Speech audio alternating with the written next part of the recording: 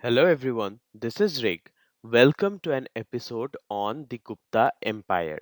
In this video, we are going to discuss the characteristics of the Gupta Empire. If you remember, in our last video, we have already talked about Mauryan Empire. So after the Mauryans, Guptas were the next major empire in India. However, this video is made according to the CISCE or ICSE board syllabus of class 6. If you are interested in ancient history, you can obviously go through this video because this has been made in a much more detailed manner. And as always, carry a notebook with you when you are watching these videos so that you can note down the important points. The last part of this video will contain the important questions and their answers which may be of use to you in the exams. So without doing any delay, let's start. Introduction. In introduction, we will see that the Gupta Empire spanned for approximately 320 to 550 CE. CE is the short form of Christian era. It is known as the Golden Age of India. So the Gupta Empire was there in the Indian subcontinent from 320 to 550 CE, more than 200 years, approximately 230 years. And this age is called the Golden Age of India. It emerged after the decline of the Mauryan Empire, filling the political vacuum in the northern India. So, after the decline of the Mauryan Empire, there were no such big empire in northern India. There were the Shunga, influential political powers like the Shunga dynasties, but they were not as vast as the Mauryans. Hence, it was after the Mauryans that there was a political vacuum. Vacuum means no political authority, and the Guptas filled up that place. Smaller kingdoms like the Shungas, Indo Greeks, and Kushanas ruled before the Guptas unified them. So there were smaller kingdoms like Shungas who came directly after the Mauryans. There were also Indo Greeks and the Kushanas. But these dynasties were not very powerful, and when the Guptas came to power, when they became powerful enough, they united all these small dynasties. The period saw significant progress in governance, art, science, literature, and trade. So, this was the time when there was very much improvement in the management of people, that is, governance. Art means what kind of creative exploits were done by the Guptas. Science also boomed a lot during this period.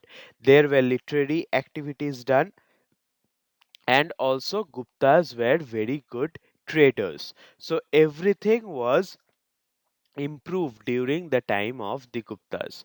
Known for its efficient administration and cultural achievements, it shaped classical Indian society. So, Guptas are known for their very efficient administration and also their cultural achievements. They shaped the Indian culture. Religious harmony and flourishing trade networks characterized this prosperous era. So, what was the main character of the Gupta period? There was religious harmony among the people, and the trading activities were very proper during the time of Guptas. Now, what are the sources of the Guptas? Before knowing about Gupta history, we need to know how do we know that history? What are the remains from the time of the Gupta period which give us information regarding the Guptas? So, inscriptions like Allahabad inscription, also called the Allahabad Prasasti, detail Samudragupta's conquest. So Allahabad pillar inscription was written by Harisena, who was the court poet of Samudragupta, and there he has very nicely detailed what kind of wars Samudragupta fought, who were the defeated kings, and what kind of territories Samudragupta conquered through war. So inscriptions like Allahabad pillar inscription serve as important sources of the Gupta period. Gupta coins depict rulers and deities, showcasing economic and artistic progress. So there are many coins from the Gupta period, and in those coins we get pictures carved with metals on coins. And what are those pictures? Those pictures are of the rulers or of the deities. Deities means the gods which the rulers used to worship. So all these things are sometimes present in the Gupta coins. Literary works in Sanskrit, such as the Puranas, provide historical insight. So, you must have heard about Puranas. Puranas are stories of the past written in Sanskrit. So, these Puranas also detail a lot about the Gupta period. Traveler like Fa Hien's account highlights Gupta society, religion, and governance. So, Fa Hien was a traveler who came to India at the time of Guptas, and from whatever he wrote his experiences in India. So from his writings we come to know a lot about what kind of society was there during the time of Guptas, what kind of religion was followed, and what was the governance style. Temples and sculptures also serve as archaeological evidence of the Gupta art and architecture. Now, coming to the archaeological evidences means things which have survived. They are not writings, they are the materialistic things which have survived. So, temples and sculptures from the Gupta period also give an insight about their artistic qualities. These sources collectively reveal the empire's political, economic, and cultural legacy. From all these sources, we come to know about the political dynamics at the time of Gupta period, what kind of economic resources were there for them, and how did they develop the Indian classical culture. So, all these are sources of the Gupta period. Now, moving to the foundation of the empire.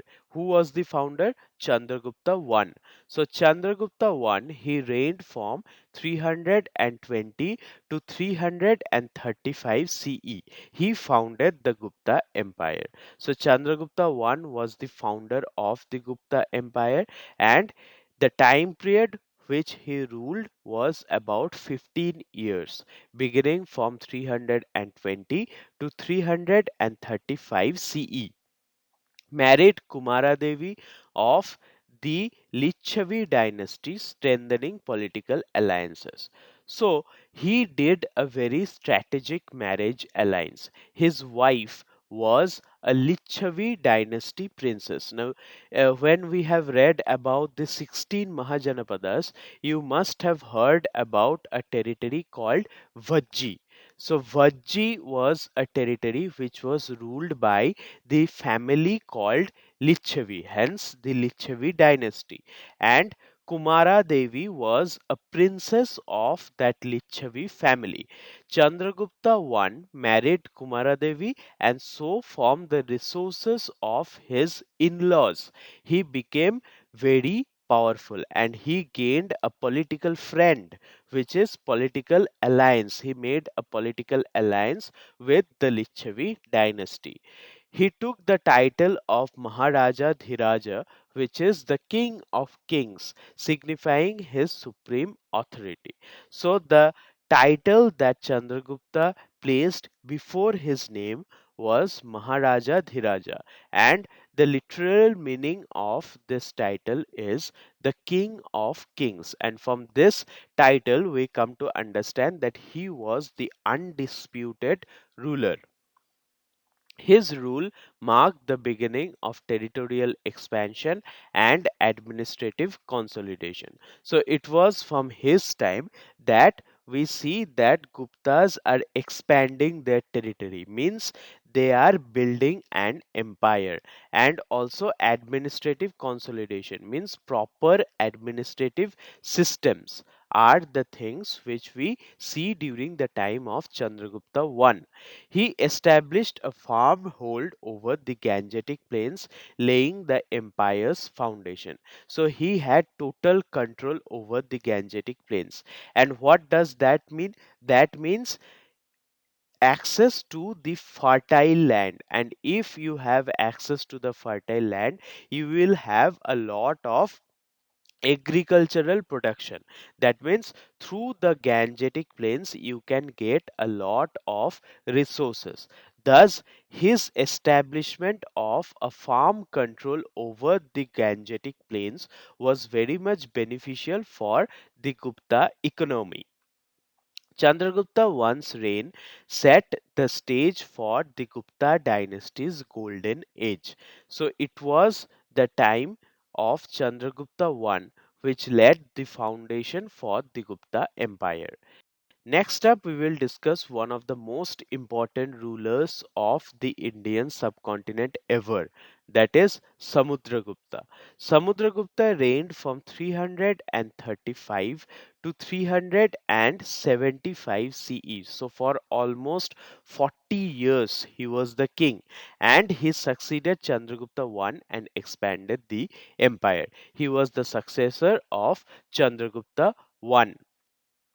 He is known as Napoleon of India for his military conquest and strategy. But I, as a student of history, disagree with this information because ICSE syllabus is a bit outdated. But nowadays, historians don't call him the Napoleon of India because Napoleon came much later than Samudragupta and he was in Europe. So Napoleon was junior to Samudragupta in a lot of ways. Therefore, if at all, Napoleon can be called as Samudragupta of Europe, but Samudragupta should never be called as Napoleon of India. But in your syllabus, it is given Samudragupta is known as Napoleon of India, so we will have to learn it. The Allahabad pillar inscription records his extensive campaigns. So, all his campaigns, what kind of wars he fought, how did he fight it, who were the kings defeated by him, all these things have been stated in very much detailed manner in the Allahabad Prashasti, which means the Allahabad pillar inscription. Pillar inscription is called Prashasti in Indian language. He performed the Ashwamedha Yajna to sacrifice his victories. So, to celebrate his victories. So, Ashwamedha Yajna is a sacrificial ritual in which a king lets a horse go on its own. So, a horse of the king will roam around wherever he wants. And if anyone obstructs the way of the horse, that means that person is trying to challenge the king. So the king will go and fight with that person. And if at all the horse is not objected by anyone and the horse returns, that means all the territories in which the horse traveled belongs to the king. So that is a policy to show one's power, and that is the purpose of Ashwamedha Yajna. Encouraged Sanskrit literature, earning him the title Kavi Raja, which is the king of poets. Kavi means poet and Raja means king. So he encouraged Sanskrit literature in his kingdom, and therefore he had been given the title Kaviraj. Tolerant towards all religions, fostering cultural and intellectual growth. So Samudragupta accepted all kinds of faith in his own kingdom, and thus there was a growth in intellectualism and cultural spirit of the nation. Conquest of Samudragupta. Now, Samudragupta is famous for his conquest. He conquered a lot of area during his lifetime. What were those conquests? Northern Campaign. He defeated 9 rulers, annexing territories into the empire. So when he went to the north, he defeated 9 kings of the north, and all of their territories were taken into the Gupta Empire. In the Allahabad Prasasti, the names of these 9 rulers were also given. Southern Campaign. When he went to the south, he conquered 12 rulers but allowed them to rule as his tributaries. So these 12 rulers, Samudragupta did not kill them or did not drive them away of their territories. He fought with them, and then when he defeated these 12 rulers, he said that okay, you manage your own kingdom, but every year you will have to give me some amount of money as your as a tributary, as a tribute. So that means you will be under me, you will be kings, but you will not have your independence, you will be under me. So such was the southern campaign where he conquered 12 rulers. 12 rulers were made subsidiary rulers of Samudragupta. Foreign relations. He accepted tributes from Sri Lanka and other distant kingdoms. So, the places from Sri Lanka, the places like Sri Lanka and other distant kingdoms also had a lot of respect for Samudragupta, and they gave him tributes, which means a sign of respect and a sign to show that you are superior than us. Unified Indian subcontinent, making Gupta Empire a dominant power. So it was during Samudragupta that most of the Indian subcontinent was under a single ruler.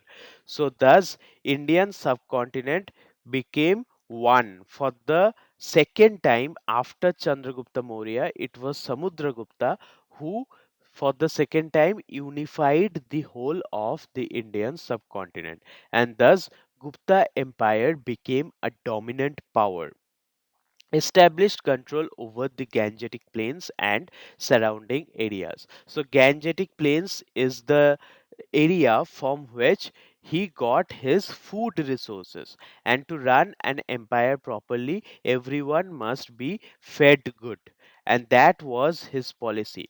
Thus he controlled the Gangetic Plains and the surrounding areas. He strengthened political alliances through diplomacy and strategic marriages. So he married a few princes from other important kingdoms, and thus there were many political friends of Samudragupta. So he had made important political alliances. Now, contribution of Samudragupta. How did he contribute to art and culture? This is where we will see the creative aspect of the Gupta Empire. And beginning with, he promoted Sanskrit literature, supporting scholars and poets. So all the scholars and poets in his kingdom were supported by him and patronized by him. Means he sponsored them. He gave them money to write good Sanskrit literature, and thus he helped in the development of Sanskrit. He is known as a lover of music and arts. Many of his coins depict him playing the veena. So, veena is an ancient string instrument in the Indian subcontinent, which is very beautiful to hear and is played even today. So, Samudragupta, in all his coins, his image has been depicted as a king who is playing veena. In many of his coins, we find such image, and from those coins, we come to know that he was a lover of music and arts. He patronized religious activities, including construction of temples and stupas. Patronize means he gave money for the construction of temples and stupas. Now, it is to be noted that temples are for the Brahmanical religion and stupas are for Buddhism. So he supported both the religion in his kingdom, and so he can be considered to be a very tolerant ruler.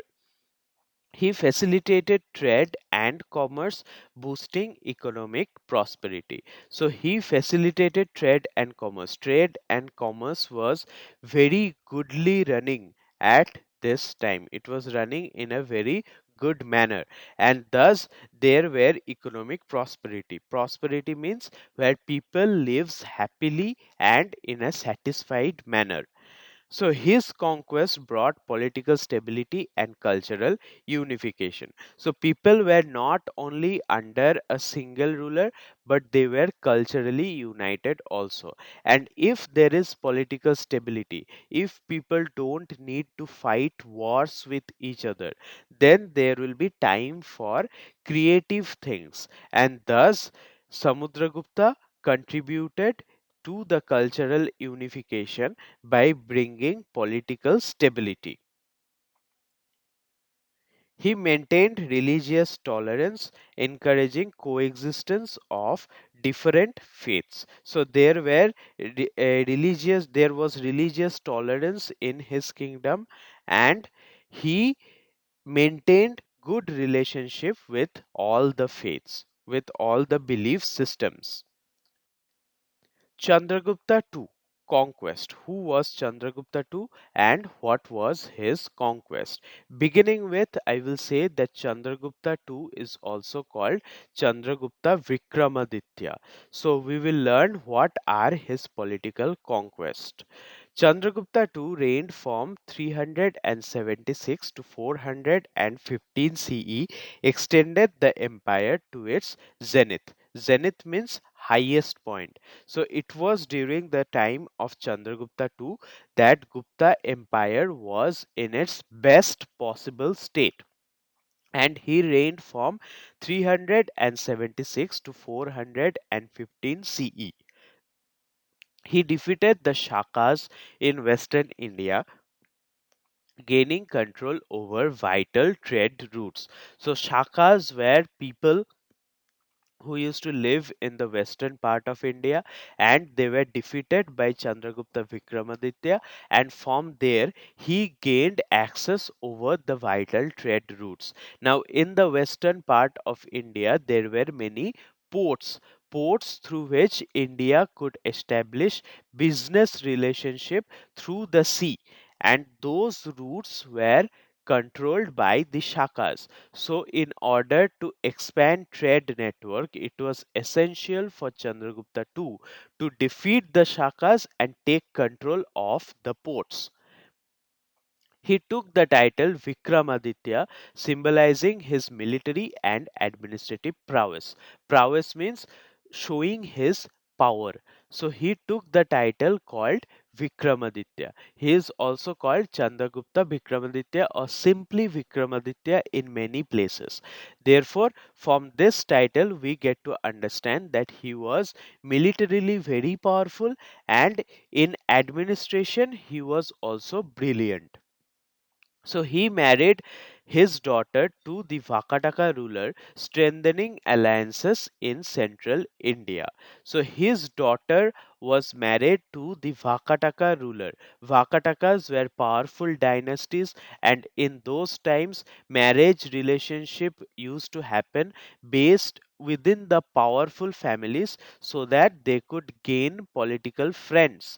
Thus, the daughter of Chandragupta Vikramaditya was married to a Vakataka ruler, and thus po- there was a great political alliance between the Vakatakas and the Guptas. Expanded the empire from Bengal in the east to Gujarat in the west. So what you see in India's map, uh, Bengal is in the extreme eastern portion, and in the west we have the Gujarat, the place called Gujarat. So all the area in between these two states used to be governed by Chandragupta Vikramaditya. He established Ujjain as the second capital, enhancing its cultural and economic importance. So there was his own capital, and as a second capital, he established the city of Ujjain, and thus Ujjain became a major cultural and economic hub of ancient India. Now, what was the contribution of Chandragupta II in art and literature? Patron of arts and literature, Chandragupta II's court included Navaratnas, which means the nine gems. So, there were nine gems in his court. Gems does not mean stone here, it is a metaphorical term used for nine scholarly people or nine very talented people. So his court had nine very talented people, and that is why it is said that the court of Chandragupta had Navaratna. Kalidas, a celebrated Sanskrit poet, flourished during his reign. So, Kalidas was a noted Sanskrit poet and one of the greatest literary authors of India till date. So, Kalidas is a celebrated Sanskrit poet and he belonged to the court of Chandragupta Vikramaditya. He encouraged the creation of classical works like Meghdata and Avigyana Sakuntalam. These are classical dramas written in Sanskrit language and they bring out Indian culture at its best. So, all these classical works were written at the time of Chandragupta II, and Meghdata and Avigyana Sakuntalam are two most important Sanskrit works written by Kalidas. He promoted religious art and architecture, including the development of Hindu temples. So, all the Hindu temples designs that you see today have been developed a lot truly, but all those designs started from the time of Chandragupta II. So, he promoted religious art and architecture and gave the first proper design for Hindu temples. He supported the spread of knowledge in astronomy, mathematics, and medicine. So, all the knowledge, ancient knowledge of astronomy, mathematics, and medicine were developed further. It was already there. People already knew about astronomy, mathematics, and medicine, but it was developed further by Chandragupta Vikramaditya. Fa Hien, a Chinese traveler, documented the prosperity of Gupta society during his rule. So, when Fa Hien came to India, that time Chandragupta II was the ruler, and in all his accounts, Fa Hien has stated how much rich and prosperous India was at the time of the Guptas. Hence, from the account of Fa Hien only, we call the Gupta period as the golden age of Indian history. Now, later Guptas. Who were the later Guptas and what was their contribution, or if at all there was any contribution? Now, Chandragupta II was succeeded by Kumaragupta, who performed the Ashwamedha Yajna. The next ruler after Chandragupta II was Kumaragupta, and he performed the Ashwamedha Yajna. As I have explained, it is a ritual in which a horse is let loose in the kingdom. Skandagupta faced the Huns invasion, defending the empire but exhausting resources. So, the next most important ruler was Skandagupta, and he defended India against the Huns. And the Huns were a Central Asian tribe. They were nomadic warrior tribes who attacked India when Skandagupta was the ruler. So Skandagupta defended his empire against the Huns, and he defeated the Huns in such a way that Huns did not dare to attack India for the next 100 years. Post Kandagupta, the empire fragmented due to weak rulers and external attacks. So, after the death of Skandagupta, there was division in the empire, and it happened because the rulers were very weak and there were constant external attacks. And Skandagupta, while fighting the Huns, he spent a lot of money. Therefore, Guptas became poorer. by the time of Skandagupta. So post Skandagupta rulers means rulers after Skandagupta could not do much to defend against the external attacks. External attack means attacks which come from outside. By the mid 6th century CE, the Gupta Empire declined, losing its territories. So, by mid 6th century CE, the Guptas were totally vanished from the Indian politics and they lost all their territories.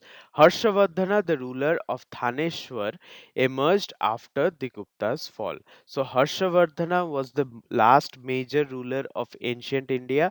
Harshavardhana was the ruler from a place called Thaneshwar. So he emerged after the decline of Guptas. The later Guptas' decline marked end of India's classical age. So after the end of the later Guptas, we see an end to the classical age of India. Now moving forward to the administration of the Gupta time. The king was the central figure titled the Chakravartin or Paramavataraka. So Chakravartin and Paramavataraka were the titles given to the king, which meant that he is a representative of God on earth. Now, as we know, this was a monarchy, right? Monarchy means king will be the controlling figure. So, just like that, king was the central figure associated by council assisted by council of ministers and officials like Mahadandanayaka. So there was a council of ministers who assisted the king in the daily administrative proceedings, and there were also officials who were called Mahadandanayaka. Mahadandanayaka is the post of a specific officer in Gupta administration. So just like today we see there is a prime minister in our country and a council of ministers which is also called the cabinet. So important ministers who support or who help the prime minister to do all the things regarding government. So like that king also had the council of ministers divided into provinces called bhuktis governed by uparikas and further into vishayas. So the whole of Gupta administration were divided into many provinces, and each province was called Bhukti. So, the head of the Bhukti or the one person who rules over the Bhukti is called Uparika, and then the bhuktis are further divided into vishayas. And who is the head of the vishaya? Vishayapati. So under the king there were different provinces which are also called bhuktis, and those bhuktis were governed by uparikas, and bhuktis were further divided into vishayas. Those vishayas were governed by vishayapatis. Villages were self governed by headmen and local councils. So each village had a local council, means important people in the village will form a assembly.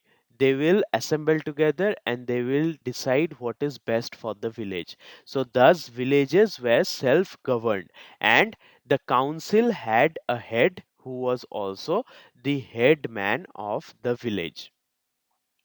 The Gupta Empire or the Gupta administration maintained a large army, and what were there in the army? There was the infantry, cavalry, elephants, and chariots. So, infantry means the foot soldiers, cavalry means soldiers who traveled on horses, elephants, as we know, that elephants are very important in wars, and also chariots means carriages which used to be drawn by horses ensured administrative efficiency and regional autonomy in governance. So, all the subdivisions of the Gupta Empire had autonomy in some fields, which means the Bhuktis were governed by the Uparikas, and the king did not pay much attention to what the Uparika was doing internally in his own area.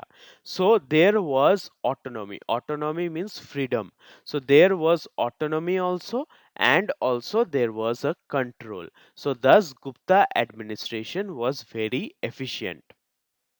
Next up, we will see Gupta economy. What kind of monetary functions used to happen in the Gupta period? Agriculture was the mainstay of the Gupta economy with land, taxes, and revenue. So, most important economic activity was obviously agriculture. As we have discussed before, the Guptas controlled the Gangetic plains. Hence, they received a lot of agricultural produce. And what did the farmers give as tax? They gave land taxes, which means they gave away the agricultural production as tax.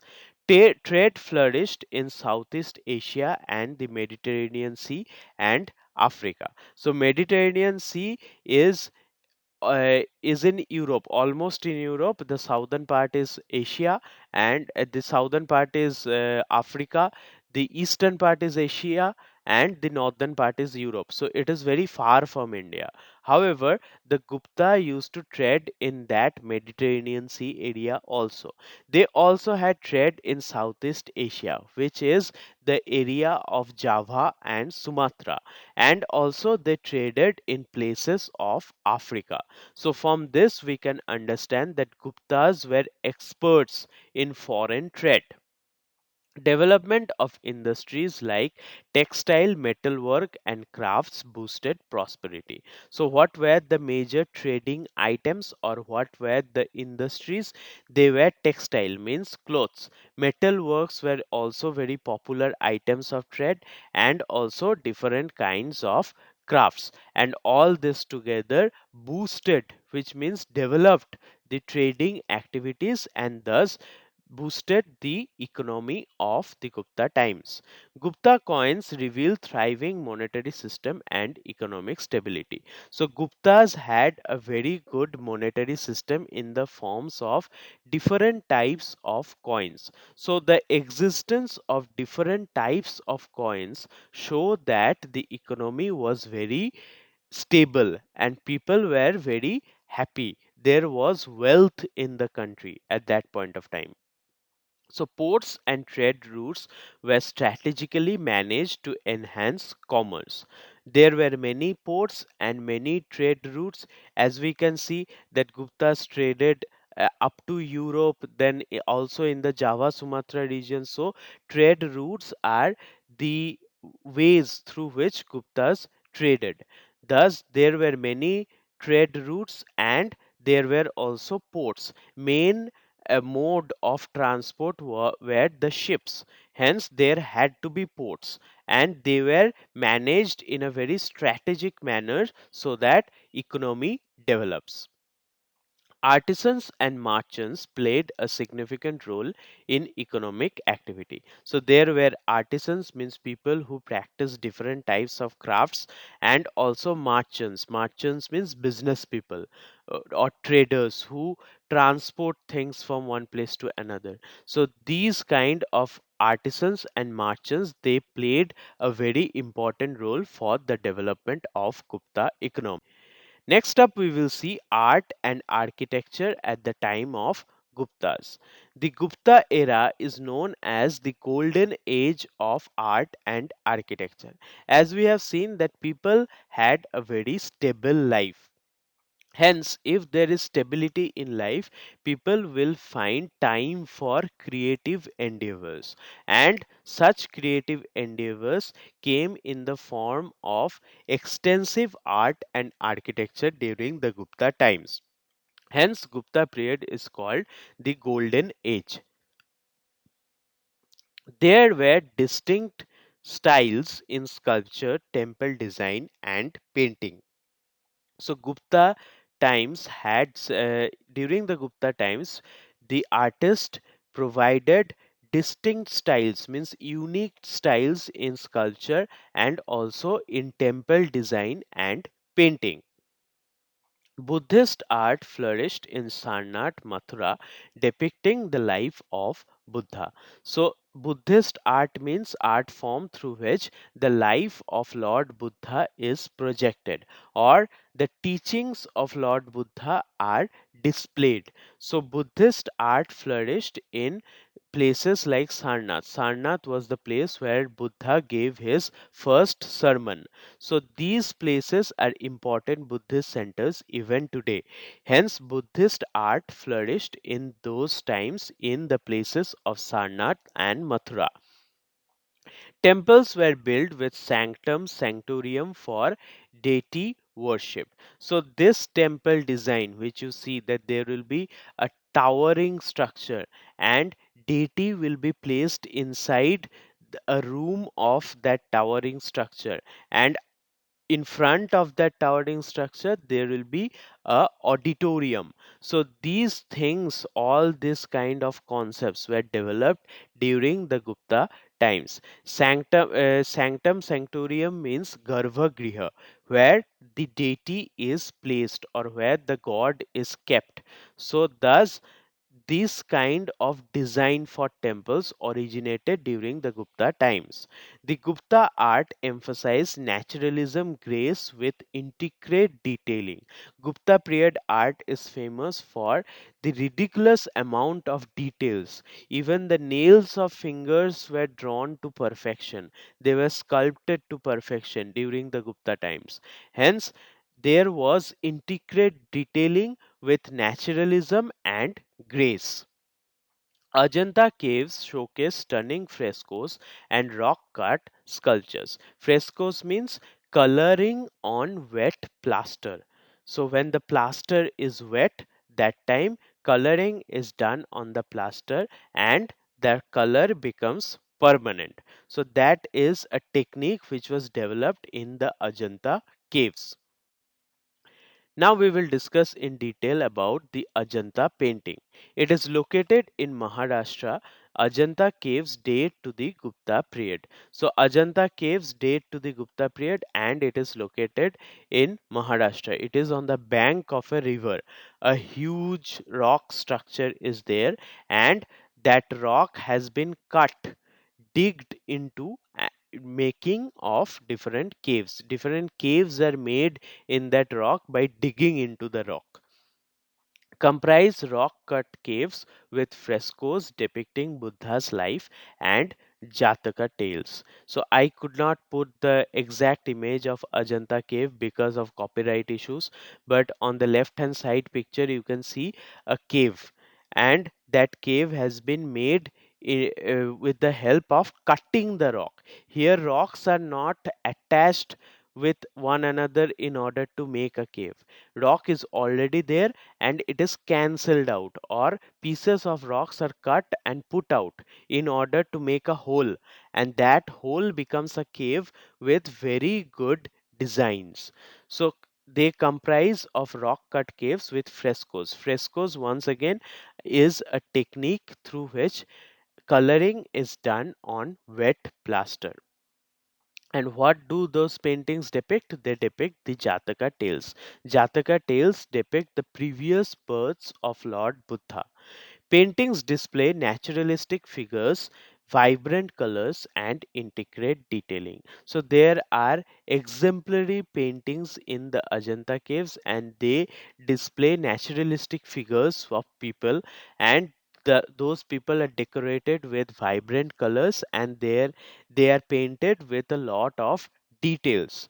Themes include religious devotion, social life, and nature. So these are the themes of painting in the Ajanta caves. Religious devotion, mainly the all the paintings are regarding religious devotion only, but also we see social life of people through the paintings and what kind of natural habitat used to prevail at that point of time. Considered masterpieces of ancient Indian art, they remain well preserved. So, Ajanta cave paintings are currently UNESCO World Heritage Site, and they are the masterpieces of ancient Indian art. Nothing better than Ajanta exists in ancient Indian art, and they remain very well preserved. Government of India has taken a lot of care to preserve them properly. Highlight Gupta advancements in art and cultural expression. So these are important caves. Now Ajanta caves was not one more most important point to be remembered is that caves were not made by the Guptas alone. Different kings of different dynasties in different time periods developed the Ajanta caves as per their interest. So it cannot be said that Guptas made the Ajanta caves. No, different other dynasties also in their own times they dug caves into the Ajanta rocks and decorated them with beautiful paintings and sculptures. Now, temples and sculptures. What are the main temples and how they were made, and what are the sculptures during the Gupta period? Gupta temples were dedicated to Vishnu, Shiva, and other Hindu deities. So, these are most famous Hindu deities even today. They are worshipped with a lot of devotion, and Gupta temples during those time were also dedicated to these deities Shiva, Vishnu, and many other Hindu deities. Examples include temple at Devghar and Vitargaon showcasing early architecture. So there are temples at Devghar and Vitargaon which show the early form of temple architecture in the Indian subcontinent. And whatever temples you see even today, they are influenced from the Gupta temple design. Devghat temple is famous as Das Avatar temple which is dedicated to Vishnu. It is one of the ancient and earliest surviving temples in the Indian subcontinent. Now, I am again and again saying that the temple design was made by the Guptas. That does not mean there were no temples before. There were temples before the Guptas also, and there are temples even now. But the modern design of temple which you see right now, that was the concept developed at the time of Guptas. Religious sculptures depicted Hindu gods, Buddha, and Jain Tirthankars. Jain Tirthankars are the teachers of the Jain religion. So, Hindu gods sculpture we can see sculptures of Buddha, and also we can see sculptures of Jain Tirthankars. Carvings from Mathura and Gandhar reflect artistic finesse and cultural synthesis. So, Mathura school of art developed a lot during the time of Guptas, and carvings from Mathura and Gandhar are famous for their artistic qualities and cultural synthesis. Synthesis means mixing of culture. The Indo-Greeks used to rule in those places along with the Indians. So we see a mixing of culture in places like Mathura and Gandhar. Sculptures emphasize natural forms, elegance, and spiritual themes. So, if you see the sculpture, you will see that it is very elegant with natural forms, and also it had a theme of spirituality or religious devotion in it. Temples became centers of religious and cultural activities. So, all the religious and cultural activities were mainly done in the temples. Now, literature. Gupta period is famous for its literary contribution. We have already seen poets like Kalidas in the court of Chandragupta Vikramaditya. Sanskrit literature flourished with works by Kalidas like Meghdatta and Raghubhamsha. So these are important Sanskrit literary works which developed during the Gupta period by the poet Kalidas, who is one of the most revered figures in literature. Other notable works include Shudraka's Mrichakhatika and revised epics. So, Shudraka is another famous poet who wrote the text of Mrichakatika, which means the little clay cart. so it is a story centering a clay cart, C-A-R-T cart, and he also revised different epics which already existed during the before the Gupta period. The Puranas were also written during these times, and they detailed the gods and religious practices. What were the gods in the Indian subcontinent? What were the religious practices? Everything has been detailed in the Puranas. And these Puranas were compiled during this era. So, all the Puranas, all the stories regarding the gods existed much before the Guptas, but it was during the period of Guptas that they were organized properly. Gupta literature emphasized themes of heroism, devotion, and nature. So, what were the themes in the Gupta literature? The themes were heroism, devotion means worshipping a deity, and natural aspects. Promoted knowledge in grammar, philosophy, and sciences through text. So, from the Gupta literature, we also get knowledge of people of those times, their knowledge in grammar, their knowledge in philosophy, and also their knowledge in science. Scholars contributed to literary renaissance, shaping Indian classical literature. So, whatever Indian classical literature we see today was organized properly at the time of Gupta period. Progress in science. How did science develop during the Gupta times? Aryabhatta, we all know about Aryabhatta. We should be proud of his contribution because he introduced the concept of zero and wrote Aryabhatiya. So, Aryabhatiya is a text written by the famous astronomer scientist Aryabhatta, who introduced the concept of zero. It is not only the concept of zero that he introduced, zero is his most famous contribution. He had other contributions also, like algebra, trigonometry, and all those things. So Varaha Mihira is another important scientist of the Gupta period, and he contributed to astronomy. Astronomy means study of the movement of heavenly bodies. So he studied a lot about astronomy and wrote the Brihat Samhita.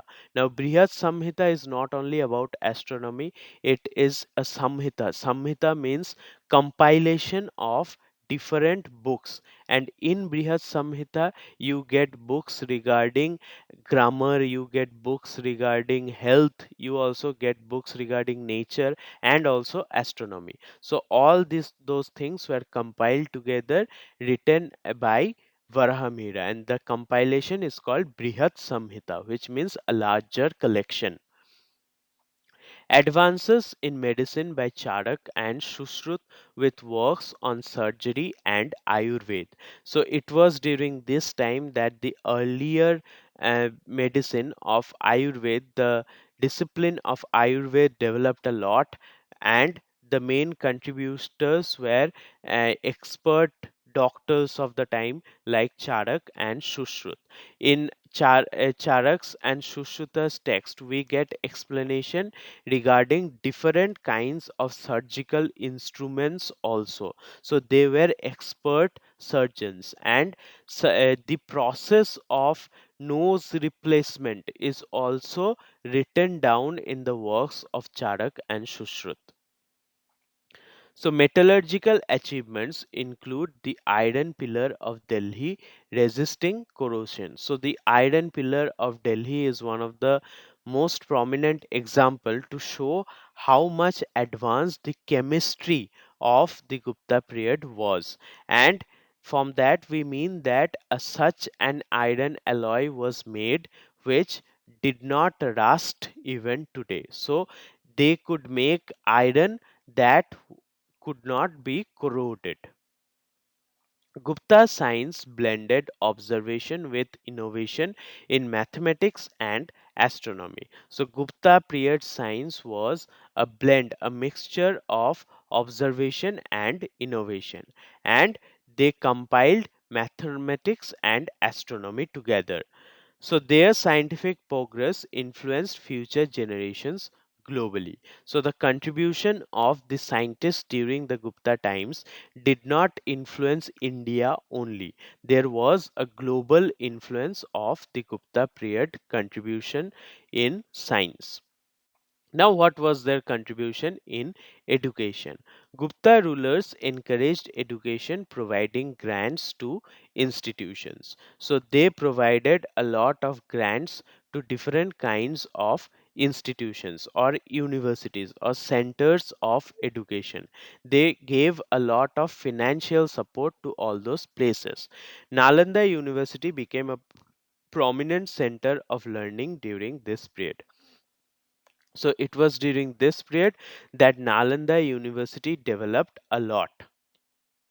Subjects like grammar, astronomy, medicine, and philosophy flourished. What was taught in the Nalanda University and different other universities of the time?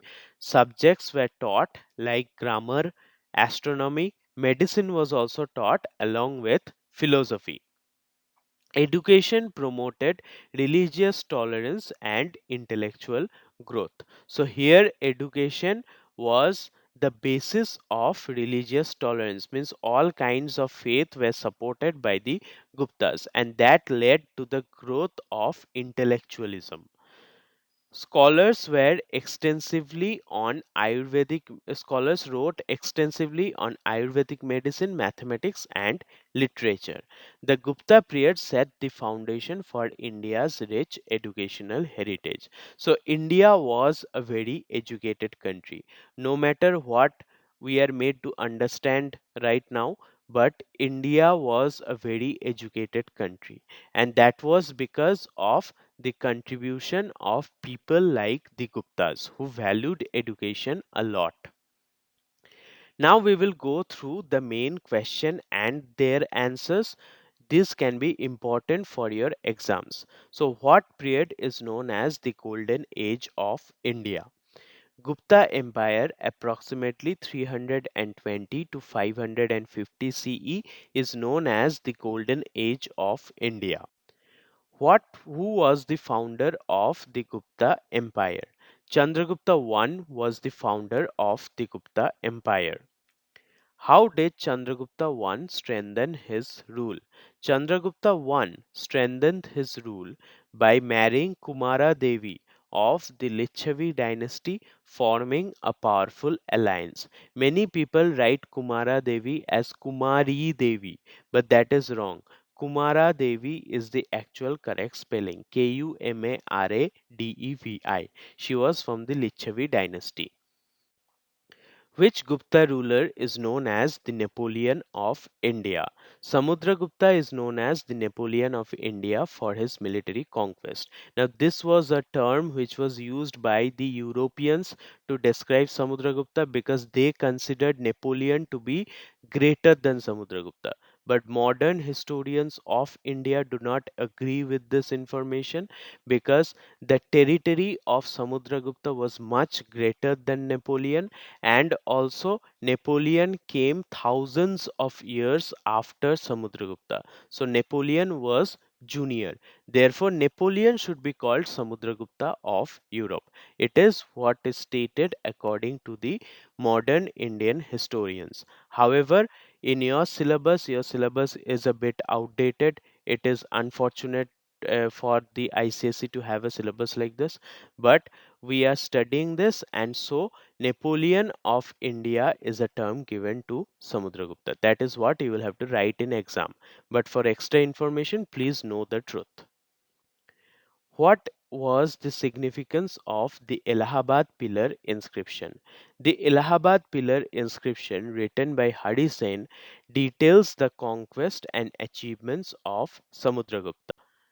Name two key achievements of Chandragupta II, Vikramaditya.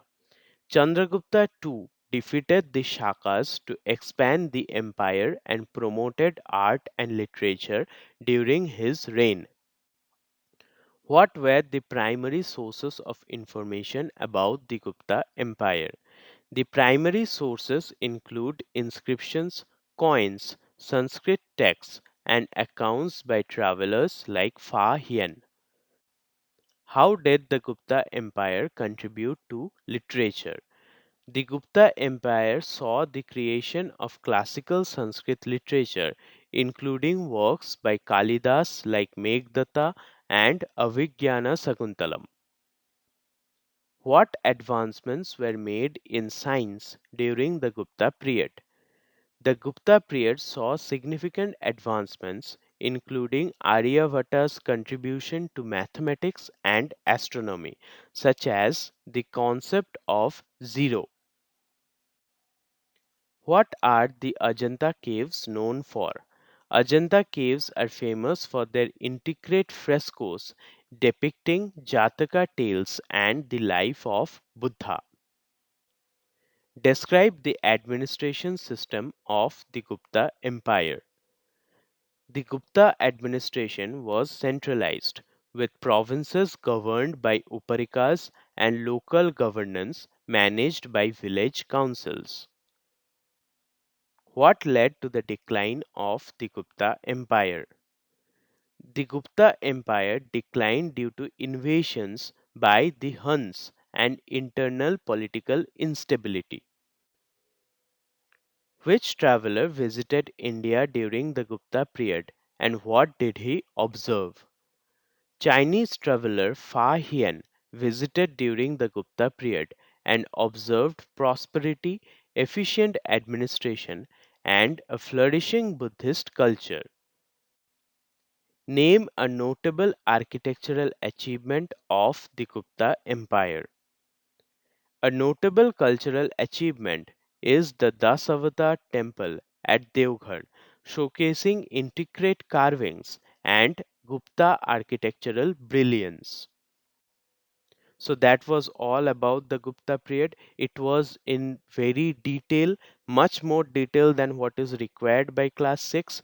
But if you have gone through important points of this video, I think you will not have any doubts. However, if you have any doubts, please write it in the comments and I will try my best to clarify them.